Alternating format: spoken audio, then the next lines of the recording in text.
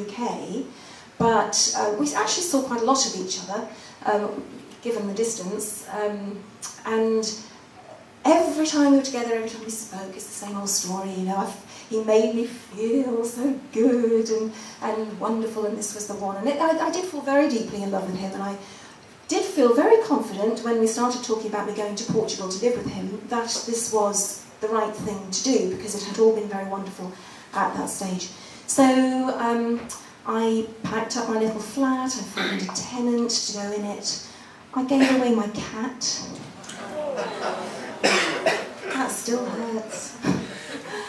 And I went off to live in Portugal, and I thought I would be there forever.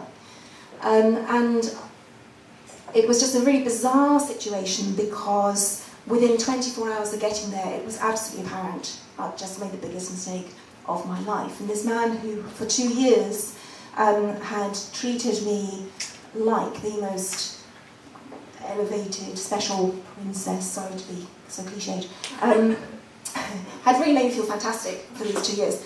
Within 24 hours of me being there, it was so obvious he didn't want me there, and that he was regretting it, and he wasn't interested in making this work, and this charming, delightful, lovely, loving man just turned into a snarling, bullying, very, very bullying, actually quite abusive, very difficult, very hectoring, very fault-finding, add all the other adjectives of your choice. It just was a really bad time. And of course, I didn't really know anyone else out there. I did speak a bit of Portuguese because I'd learned it, but not enough, for instance, to be able to go out and get a job and become independent and create my own life and make Portuguese friends easily. So I was very dependent and very trapped in this situation, and it was absolutely hideous, and I was so lonely, and it was a really miserable time. And the misery was sort of enhanced by this sense that I really had screwed this up. You know, I'd been so confident that I was going to get this right, and I'd been proved so wrong. So I kind of lost the confidence in my ability to run my own life, if you like. So at the end of, I stuck it for 6 months, and finally just realised, faced up to the fact that, look, this isn't going to work. I'm going to go home. I had no home to go to. At this point, I still had a tenant in my flat. No job to go back to. The way my friends and family were situated, I could stay with them for a day or two here and there, but none of them were in a situation to actually let me move in for a couple of months whilst I sorted myself out. So it was a pretty grim situation to come back to, and it was at a time when I was feeling absolutely rock bottom and a huge failure. I think you can see where this is leading. Back to the Gideon Bible and where to find help when. And there, because that directs you to the nice bits in the Bible, you kind of get this idea of God, who is loving and wants to love you and wants to look after you and is all powerful, so he can, and all good, so he will, and that he will turn all the mistakes you make in your life, he'll turn them around and work them for good, work all things together for good, and he'll make something good come out of it, and he longs for a relationship with you. And you've got this totally powerful, loving, wonderful being who wants you just to love him, and just wants you to be open to receiving that lovely love and all that sort of stuff. If only we'll let him, and you just can. I think you can see how in that mental state, emotional state at that time, that was a very attractive and appealing message, as was the kind of sense that came through, which was that whilst with God, he will make sure that everything in your life will come together for good. Without God, it can't go properly, because you were made to have that relationship with God. So therefore, if you reject the relationship, how can your life go properly? And of course, to me at that time, in that emotional state, that made sense, because I had turned my back on God for 12 years and my life had turned into a disaster, and the two things they became linked in my mind. Because I turned my back on God, therefore things had become a disaster. So at this point, I really did want to believe in God. And I did what all Christians do. I shopped around for a church that suited my tastes. I think that's quite an important point to make. Actually, we might come back to it in the discussions maybe, how Christians really do pick and choose which set of Christian beliefs they're going to support and adhere to. Talk about making God in our own image. We may come back to that. And I found, after trying a few churches, I found a very, very nice Methodist church, and it was lovely. And sometimes Christians now say to me, oh, you must have had really bad experiences in religion and it must have hurt you. No, I had a very nice church, pretty liberal theology. It had some very, very nice people in it. And again, in a sense, there was a parallel to when I went to university and discovered the Methodist Society. Because again, I was in the situation of almost starting from scratch again. And again, I had the situation where I had a ready-made bunch of friends.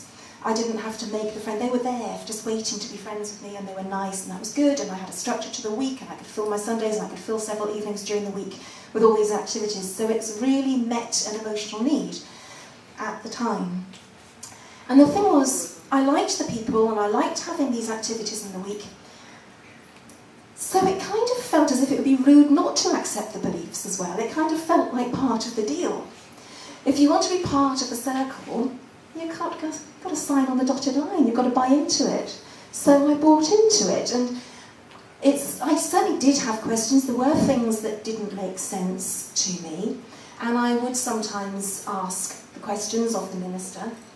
But I do remember, even at the time, being quite conscious that the answers I got back didn't actually make sense. But I was also quite conscious that I didn't want to probe them too much. I wanted to believe. So deep down I knew my question hadn't really been answered. But I wanted it to do. I wanted it to suffice. So I kind of pretended it had and just carried on accordingly. And I'm not someone to do things by halves, and I gave myself up to this 100%. Quite soon after this, and I was still pretty emotionally up and down after all the experiences of the last few months, I went on a retreat, actually to an Anglican convent in Wantage. Nice little place. It's got a guest wing. And the nuns there are all very nice and very sweet, and I went there for a weekend retreat, and they offer the opportunity to have a confidential counselling session with one of the nuns if you want to, and I liked that idea, so I went and I unburdened myself to her, and she assured me that I had been called by God, and that God had a plan for me. And that was nice to know. And so that kind of helped to cement this idea that yes, I'm on the right path here, I've had this confirmed by an expert. So it must be right. And then, I'm afraid this feels a bit embarrassing to talk about as well, but this won't be the only time this evening. I then had what I truly believed at the time was a spiritual encounter. I was in quite a state. I remember sitting on my bed and praying and feeling very guilty about all the mistakes I've made and all the messes I've made in my life and crying my eyes out and just really, I was in a real state. And all of a sudden, I had the impression of everything around me, actually just all the noise around me being completely silenced out, just as if all the volume had been switched off. And all of a sudden, I was just surrounded by this peace and tranquility. And I had almost a physical sensation of what I believed to be kind of God putting his arms around me. It was a really strong sensation. At the time, I had no doubt at all that I had had an encounter with God. And it left me, I don't know how long it lasted, a few seconds probably, and it just left me feeling absolutely certain that there was a God, I found him, I was on the right track, he was going to look out for me, life was on the up. And from that point I became completely hooked, I became a Christianity junkie, and was absolutely certain. I mean, the other thing is if you ask someone to describe Christianity, if you ask 5 Christians to tell you what Christianity is and what it means and what God's like, you're going to get 5 different answers. We all know this, don't we? And this is a problem when you're discussing with religious people, because any statement you make about Christianity, you know they're going to turn around and say, yeah, but I don't believe that. That's not my Christianity you're talking about. And I had my own Christianity too that I was very certain was right. And my Christianity was belief in this very loving God. There was no hell. I mean, hell did not figure in my God. I'd met him, I knew. Okay? I knew that this God was loving. I knew that he was forgiving. I knew he wasn't vengeful. He didn't bear grudges. He wasn't clocking everything up in a book to hold against us. He just ached to love us. And when we sinned, the reason that was a problem was because it grieved God. Not because he was going to be angry with us, but because we were hurting him. Bless him. And he longed to be in this relationship with us. And at the time I read the Divine Revelations of Julian of Norwich, and if any of you have read them, that was exactly the kind of Christianity I got into. This kind of intense sense of, it's all wonderful. And I was very sure about this because, as I say, I had met God and he'd told me.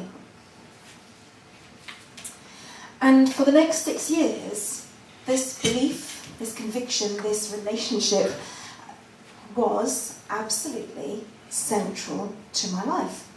I loved praying. I prayed and prayed and prayed. Constantly, I'd be walking down the street and I'd be praying. Or I'd be, if not praying, I'd be listening to see what God wanted to tell me. I would meditate endlessly. I went on several retreats. I'd go to Bible study. I joined what our then minister called a spirit-led prayer group. Didn't involve vodka. I spent all my spare money in the Christian bookshop. I just couldn't get enough of the Bible and books about God, and I read and read and read. Of course, I had the fish on my car. That went without saying. It's terrible, isn't it?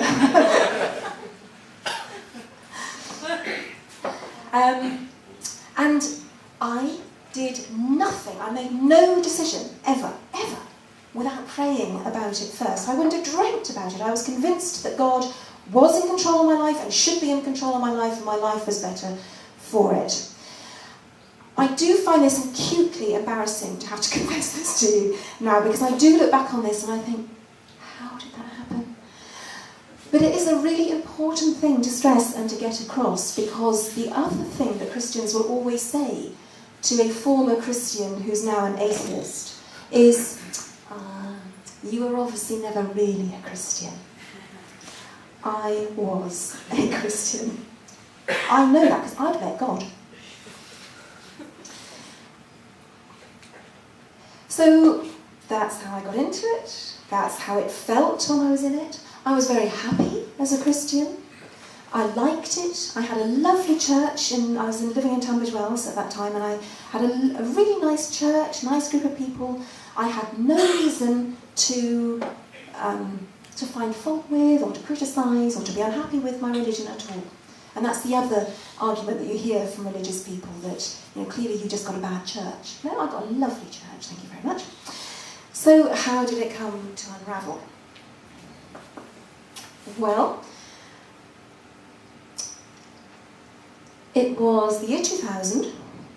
It didn't unravel in the year 2000. It didn't actually unravel until 2003. But when I look back, I can see there was a first nail in the coffin in the year 2000.